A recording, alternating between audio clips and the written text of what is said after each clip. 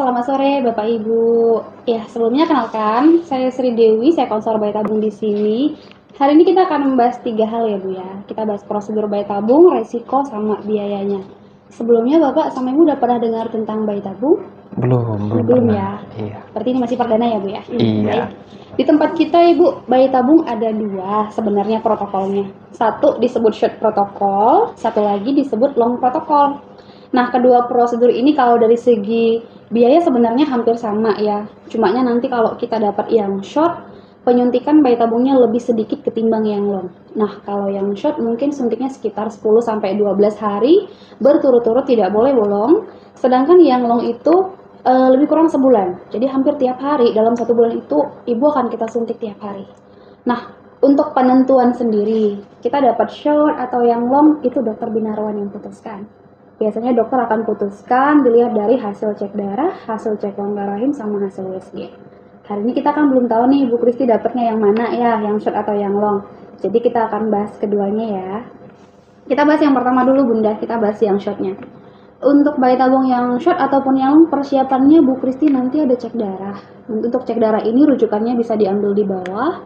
Setelah cek darah lengkap suami istri, selanjutnya kita ada pemeriksaan rongga rahim. Nah, pengecekan rongga rahim ini sebenarnya kapanpun boleh, tapi kalau bisa pas Ibu Kristinya tidak sedang haid. Terus untuk pengecekan rongga rahimnya ini sendiri tujuannya biar dokter Bin tahu dulu tuh arah rahimnya kita tuh gimana, kondisi rongga rahim kita tuh gimana. Nanti setelah pengecekan darah, pengecekan rongga rahim, baru diputuskan biasanya kita dapat short atau yang long. Nah, kalau Ibu dapatnya yang short, kita akan mulai bayi tabung pas lagi haid ya Bu ya. Ini nih yang saya lingkarin. Jadi di haid pertama atau haid keduanya Bu Kristi, mungkin bulan depan ya, atau 2 bulan lagi pas mens datang, di situ kita kemungkinan akan memulai bayi tabungnya. Bu Kristi sama Pak Raymond dari luar kota ya? Iya, dari luar kota dari kita. luar kota. Iya. Bu, kalau untuk dari luar kota nih kan Pak, saran dari kita itu sebaiknya jangan cuti dulu kalau kerja, atau jangan bayarin tempat tinggal dulu tuh. Soalnya kan gini, ketika kita datang pas haid, itu belum tentu langsung mulai. Kita biasanya akan di USG dulu sama dokter untuk lihat sel telurnya. Nah, nanti kalau dari hasil USG, dilihat dokter, nih ternyata telurnya belum bisa terima penyuntikan, Bu Kristi bisa aja nih Pak ditunda. Tundanya ke bulan depan. Jadi kalau kita udah cuti, udah bayarin tempat tinggal kan sayang ya, nggak kepakai. Jadi sarannya jangan dulu cuti panjang. Nah, tapi kalau misal pas haid nih Bu Kristinya di USG sama dokter, ini bisa suntik kata dokternya.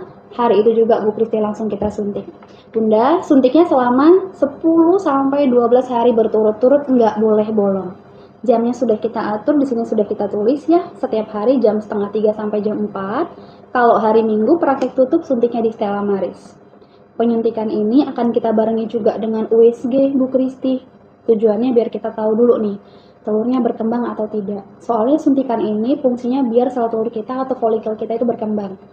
Nah, kadang-kadang gini ya Bu Kristi, ketika kita disuntik, besoknya mungkin udah di USG, telurnya tetap segitu aja Pak ukurannya. Berarti ini telurnya sulit berkembang nih. Kalau telur sulit berkembang, dokter mungkin akan naikkan dosis, tambah lagi biaya suntik nih kemungkinan.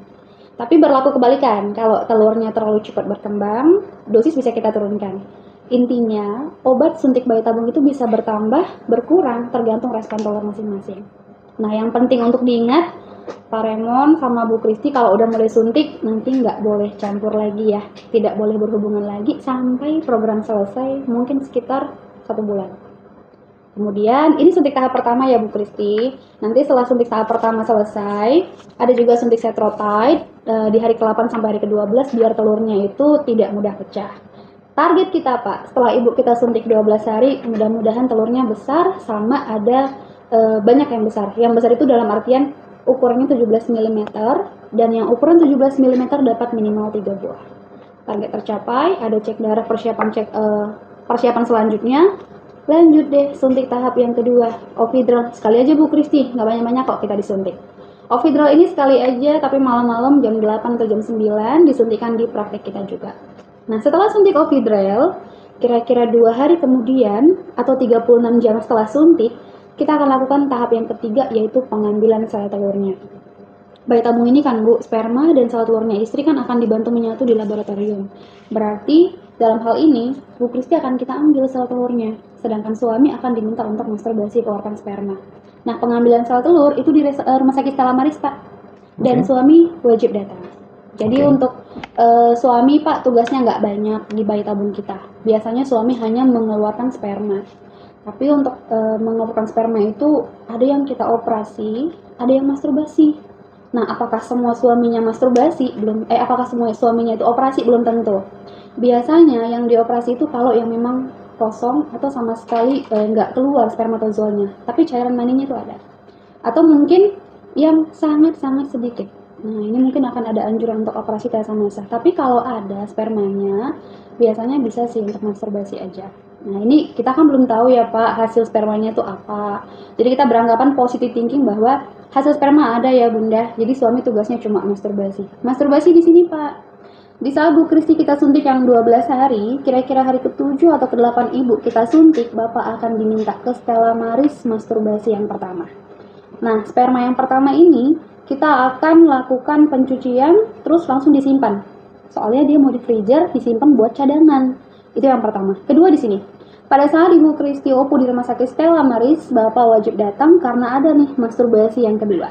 Nah, masturbasi yang kedua ini kan, Pak, spermanya kan baru keluar, masih fresh, masih segar, itulah yang jadi sperma utama. Nah, sedangkan yang cadangan ini cuma buat backup, kayak buat cadangan antisipasi, mana tahu gini Bu Kristi. Kita udah bilang, Pak, Ibu Kristi Opu, Bapak wajib datang. Ternyata ada hal yang kita nggak duga, Bapaknya nggak bisa datang. Atau datang, tapi mungkin karena faktor stres, beban kerja, kurang istirahat, begadang, akhirnya dikit yang keluar, kekurangan kita ambil yang cadangan untuk menambahkannya. Nah itu Pak, kira-kira alasan kenapa 2 kali jadwal suami untuk masturbasi di program bayi tabung ini. Setelah itu selesai, tugas suami selesai situ aja. Balik kita ke Ibu Kristi. Walaupun di Rumah Sakit Stella Maris, Bunda, kita menggunakan bius total, jadi sama sekali nggak sadar, dan suami nggak boleh masuk, cuman istri bareng dokter Bin dan tim. Tindakannya begini, kira-kira, Ibu. Ketika Ibu sudah kita infus, kita bius tertidurnya, dokter Bin biasanya cuma masukkan USG biasa yang kita pakai, jadi tidak ada yang dibedah atau belah area perutnya. Nih, dokter Bin cuma masukkan USG biasa yang sudah dilengkapi dengan alat OPU yang terdiri dari jarum, selang kateter, medium tempat penampungan telur. Jarum dan USG masuk berbarengan, nanti jarumnya nembus ke dalam ovarium dan akan menyedot telur yang ada di dalam. Ini berapapun telurnya Bu Kristi akan diambil dan akan diseleksi di luar. Durasi pengambilannya 10-30 menit. Begitu selesai alat dilepas, Ibu dibawa ke ruangan istirahat, rehat sekitar 2 jam, boleh pulang setelah itu. Biasanya nggak harus rawat inap, bisa pulang dan dapat ini penguat rahim sekaligus dapat obat penghilang nyeri. Nah, telurnya ini tadi Bu Kristi dibawa ke laboratorium untuk diperiksa sama bagian laboratorium kita. Nanti dicek mana yang bagus atau yang matangnya untuk diseleksi. Disatukan dengan sperma suami yang fresh ini tadi. Nah, sperma suami tadi kan sudah dikeluarkan. Itu akan langsung kita washing, kita cuci biasanya, dikasih vitamin lagi, terus juga ada pemilihan atau seleksi yang terbaik dari segi bentuknya. Ketika udah kita pilih, baru akan disatukan dengan sel telurnya istri. Metode penyatuan yang kita pakai, biasanya kita pakai ICSI atau intracytoplasmic sperm injection, di mana sperma akan dibantu langsung masuk ke dalam telur istrinya dengan cara diinjeksikan atau disuntik satu-satu. Nah, di sini kan Pak, belum tentu kalau ada 10 sel telur disatukan dengan sperma suami, belum tentu semuanya jadi ya. Ada kemungkinan 8, 7, 6, bahkan mungkin cuma 2 atau 1 yang jadi, tergantung ya kualitas sel telur dan sel sperma masing-masing memang. Nah, ketika dia sudah menyatu, kita juga akan masih pantau selama 3 hari ke depan. Atau paling lama biasanya 5 hari. Setelah 3 atau 5 hari, baru kita masuk ke tahap keempat, proses embrio transfer. Nah, embrio transfer di sini tidak menggunakan bius. Kita sadar, suami apabila datang biasanya boleh mendampingi istri di dalam ruangan. Nah, tindakannya sama Bunda di Rumah Sakit Stella Maris lantai 5. Prosedurnya kira-kira begini. Ibu biasanya disuruh minum air putih minimal 8 gelas supaya sesak kencing. Nah, itu akan memudahkan alatnya masuk. Tindakannya begini. Dokter biasanya akan pasang speculum cocor bebek untuk buka mulut vaginanya dulu. Terus diarahkan nih squid yang ada selang kateternya. Nah, di dalam ini sudah kita isi embrio pilihan. Embrio yang dimasukkan itu biasanya 1 atau 2 maksimal. Terus ada perawat nih yang pegang USG di bagian perut. Jadi dokter Bin lihat posisi rahim kita langsung seperti ini dari monitor. Ini rahimnya, ini selang kateternya, sudah tepat di tengah, disemprotkan atau dimasukkan. Prosedurnya nggak lama Bunda, paling 5-7 menit. Tapi kalau udah selesai, alat dilepas, biasanya kita dianjurkan rebahan dulu selama 2 jam. harapannya sih supaya embrionya ya setidaknya menempel dulu. Kemudian dalam 2 jam itu nggak mungkin ya Bu nahan kencing, kita pakaikan pampers dewasa. Setelah 2 jam baru kita kembalikan ke ibu, Pak nyamannya gimana. Biasanya pulang boleh Bu Kristi, tapi masih di sekitaran Medan belum balik ke tempat asal. Boleh juga rawat inap Bu Kristi kalau ibunya pengen rawat inap ya biar lebih tenang. Nah kalau sudah masuk embrio Bu Kristi, ini ada hal yang kita nggak boleh lagi lakukan. Biasanya 3-5 hari pertama ini yang paling rawan. Pasien kita anjurkan cuti ya Pak kalau bekerja. Di rumah tidak boleh aktivitas yang berat apalagi yang menekan otot bagian perutnya. Misal, jongkok yang terlalu lama di kamar mandi, BAB mengedan terlalu kuat, bawa mobil, sepeda motor, angkat beban yang terlalu berat, gendong anak kecil kalau bisa dihindarin dulu. Bahkan naik turun tangga kalau bisa jangan dulu. Cumanya kalau misal kita ada naik turun tangga, biasanya Bu Kristi bolehnya cuma maksimal 2 kali ya dalam 1 hari. Satu lagi Pak, dijaga kesehatan ibunya, jangan sampai sakit apalagi batuk atau flu. Nah ini biasanya kita kasih pencegahan lewat vaksin flu. Kalau sudah lewat 5 hari, Ibu Kristi boleh aktivitas, tapi sarannya tetap masih yang ringan-ringan sampai kita penentuan kehamilan. Nah, penentuan kehamilan biasanya dilakukan sekitar 15 hari setelah OPU atau 2 minggu ya setelah tanam embrio. Dan kalau bisa, pengecekan kehamilannya itu dengan cara cek darah beta-HCG serum. Jadi tidak menggunakan tes pack air kencing. Kalau kita sudah cek darah, kita konsultasikan di sini. Apabila nih Pak, hasilnya positif hamil, biasanya Ibu Kristi kita kasih lagi dulu obat penguat rahim selama 2 minggu. Ibu makan obatnya 2 minggu. Setelah obatnya habis 2 minggu, baru deh datang ke sini untuk USG kehamilan yang pertama. Ini kalau yang hamil. Nah, kalau gagal, biasanya kita anjurkan ibu tunggu dulu sampai ada mens atau haid. Kalau udah mens, haid keduanya langsung datang dulu. Nanti pas haid kedua itu, Pak, kita konsultasi ke dokter. Biasanya akan dievaluasi kira-kira apa sih yang menjadi faktor penyebab kegagalannya, sama apa sih rencana tindak lanjut ke depan untuk program berikutnya. Nah, inilah prosedur bayi tabung kita. Durasinya mungkin sekitar 1,5 bulan dari mulai suntik sampai selesai kalau kita fresh embryo transfer atau langsung tanam embrio di siklus itu. Nah, kadang-kadang Pak Raymond, ada yang dokter Bin tidak anjurkan langsung tanam di siklus itu. Artinya, setelah kita OPU pengambilan sel telur tadi, harusnya kan setelah 3 atau 5 hari dia jadi tuh embrionya masuk kita tahap keempat. Nah, ini enggak. Kita tanam embrionya tunggu mungkin 2, 3, bahkan ada 4 siklus baru bisa tanam embrio. Kenapa bisa seperti itu? Biasanya satu, kalau ibunya sakit. Kalau ibu sakit ketika mau tanam embrio, sakit apapun itu, batuk, pilek, diare, kita nggak bisa tanam embrio. Kita tunda biasanya sampai ibu sehat. Atau yang kedua, dosisnya terlalu tinggi. Kalau dosis terlalu tinggi, biasanya hormon nggak stabil. Nah, itu pun dokter biasanya tidak anjurkan tanam embrio. Sama satu lagi, kalau kita kena OHSS selama penyuntikan. OHSS ini salah satu rangsangan indung telur yang bisa membuat Ibu Kristi selama disuntik mual, muntah, perut begah, bahkan mungkin ada yang sesak napas. Nah, Ibu Kristi kalau mengalami hal ini, kita nggak bisa langsung tanam embrio. Tunda 1, 2, bahkan 3 siklus baru bisa tanam embrio. Iya, demikian penjelasannya terkait prosedur. Ada pertanyaan dulu kira-kira dari Bapak atau Ibunya? Oke Mbak, apabila terjadi kegagalan, apakah kita harus mulai dari awal? Kalau gagal gimana gitu ya Bu ya?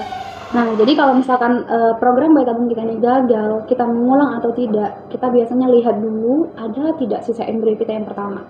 Misalnya tadi tuh ya, Bu Kristi punya sekitar 10 sel telur yang disatukan dengan sperma suami. Ternyata yang berhasil menyatu dari 10 sel telur itu ada 7 embrio. Dan ini belum tentu semua kualitasnya sama ya Bapak Ibu. Grade kita kualitasnya kan ada 4 ya, ada excellent, ada good, ada yang moderate, sama ada yang poor. Nah, dari 7 ini, katakanlah dokter masukkan 2, sisa 5 embrio. 5 embrio ini biasanya akan kita anjurkan untuk disimpan buat antisipasi. Disimpan berarti ya kita akan membekukan kehidupannya. Dan dia bisa bertahan maksimal 5 tahun. Nah, kalau misalkan Bu Kristi ada sisa embrio dan embrionya itu disimpan, apabila kita gagal, amit-amit ya Bu ya, terus kita mau coba lagi, kita nggak perlu ngulang suntik dari awal. Kita tinggal biasanya persiapan dulu ke ibunya, mengatur siklus kembali. Pada masa subur kita langsung masuk tahap yang keempat, yaitu proses embrio transfer. Jadi dia lebih hemat biaya Bu, lebih hemat juga di waktu. Tapi Bu Kristi, kalau nggak ada sisa embrionya, atau ada, tapi Bapak Ibu nggak mau nyimpan, gagal bayi tabung kita, maka kita ngulang Pak. Suntik-suntik lagi dari awal untuk mendapatkan sel telur, sel sperma, ya untuk dapat embrio baru. Kira-kira. Ada lagi Bapak yang mau ditanya atau Ibu? Ya, ini kan tadi kan Ini kan hamil. Aha, Nah, keberhasilan hamilnya berapa persen Oh. dari ET-nya? baik. Iya. Jadi untuk peluang kehamilan biasanya dilihat dari usianya istri. Kebetulan di sini kan Ibu Kristi masih termasuk muda ya, di bawah 35 tahun. Peluang kehamilan kita Bu di sini bisa sekitar 50 ke 70%. Tapi kalau tadi Ibu udah misalnya 37 tahun, di atas 35, itu peluang kehamilan kan Pak setiap tahun akan berkurang sekitar 5 sampai 10%-nya. Oke. Oke, Bu, di sini kan beraktivitas menggunakan otot perut seperti jongkok, jangan jongkok dan mengendam terlalu kuat. Nah, kami di rumah kami itu toiletnya toilet jongkok. Hmm. Gimana itu ya? Nah, kalau untuk masalah seperti itu kan Pak, kan nggak boleh jongkok ya. Nah, kalau misalkan nggak boleh jongkok, ini bukan berarti kita harus membongkar kamar mandi menjadi kloset duduk ya Pak ya. tetap boleh jongkok. Cumanya Ibu boleh sih jongkok, tapi jangan terlalu lama. Misalnya kayak 5-10 menitan boleh. Atau itu ada tuh Bu, biasanya pasien beli kursi yang memang udah di-set untuk BAB gitu. Jadi ada lubang di tengahnya, itu bisa dipakai juga untuk di kamar mandi. Aja. Terus ada lagi Pak, Ibu mungkin? Baik Bapak Ibu, apabila tidak ada lagi pertanyaan, sesi konseling kita sudah berakhir sampai sini. Selanjutnya Bapak Ibu akan mengikuti sesi konseling bersama ahli gizi kita. Nanti sama ahli gizi akan dibahas tentang makanan yang harus dimakan dan tidak boleh, termasuk juga pola hidup apa yang mau diubah dulu. Kemudian jangan lupa ya Bu, untuk program bayi tabung kita ini hanya dilakukan oleh suami istri dan sah. Berarti ada administrasi yang harus kita persiapkan ketika Bapak Ibu siap untuk bayi tabung di sini, yaitu KTP suami istri, akte nikah atau buku nikah dan kartu keluarga itu wajib kita bawa yang asli beserta fotokopi lengkap satu di hari pertama Ibu kita suntik. Itu jangan lupa ya Pak dibawa, soalnya rumah kita jauh dari luar Oh kota. iya, benar. Nah ini saya tinggal dulu ya Bapak Ibu, saya panggil ahli gizi untuk melanjutkan sesi konselingnya. Baik, terima kasih ya Bu. Iya, dengan senang hati Bapak Ibu.